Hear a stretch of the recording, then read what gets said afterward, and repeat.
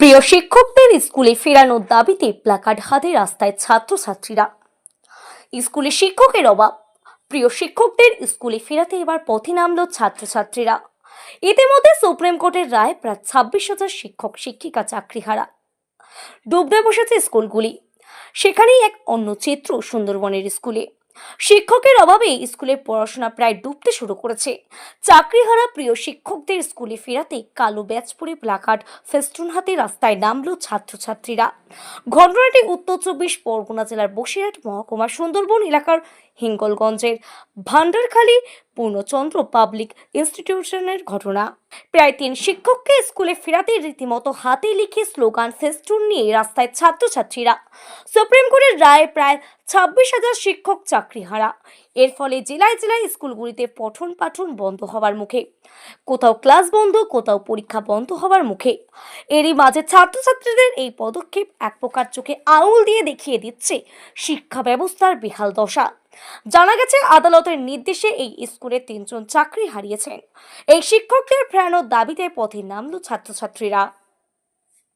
আমরা আমাদের প্রিয় শিক্ষকদের ফেরত চাই।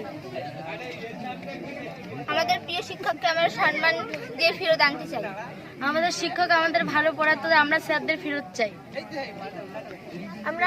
শিক্ষকরা আমাদের খুব ভালোবাসে, আমরাও খুব ভালোবাসি। আমাদের এই ছাত্রছাত্রীরা আজকের স্বতঃস্ফূর্তভাবে তারা একটা দাবি জানাচ্ছে, কারণ তাদের মনে হয়েছে যে 3 জন শিক্ষককে তারা বেশ কিছুদিন স্কুলে দেখতে পাচ্ছে না। তো এই শিক্ষকরা অত্যন্ত যত্ন সহকারে ছাত্রছাত্রীদের প্রতি তাদের যে দায়বদ্ধতা, পঠন পাঠন থেকে শুরু করে সব ক্ষেত্রেই, সেটা যে সেই ব্যাপারে যে তারা একদম যোগ্য ছিলেন, বিদ্যালয়ের ক্ষেত্রে তারা যে একেবারে প্রাসঙ্গিক ছিলেন, সেটা ছাত্রছাত্রীদের এই স্বতঃস্ফূর্ত এ থেকেই আমাদের কাছে পরিষ্কার হয়ে যাচ্ছে। তো সেই শিক্ষকদের আজকের জীবনের একটা দুর্বিষহ সময় এসে উপস্থিত হয়েছে। সেই সঙ্গে আমাদের বিদ্যালয়ের ক্ষেত্রেও পঠন পাঠন থেকে শুরু করে সমস্ত কাজকর্মের ক্ষেত্রেও একটা শূন্যতা তৈরি হচ্ছেও। যেটা একটা অপূরণীয় ক্ষতি, সেটা আমরা কিভাবে সামাল দেব জানি না।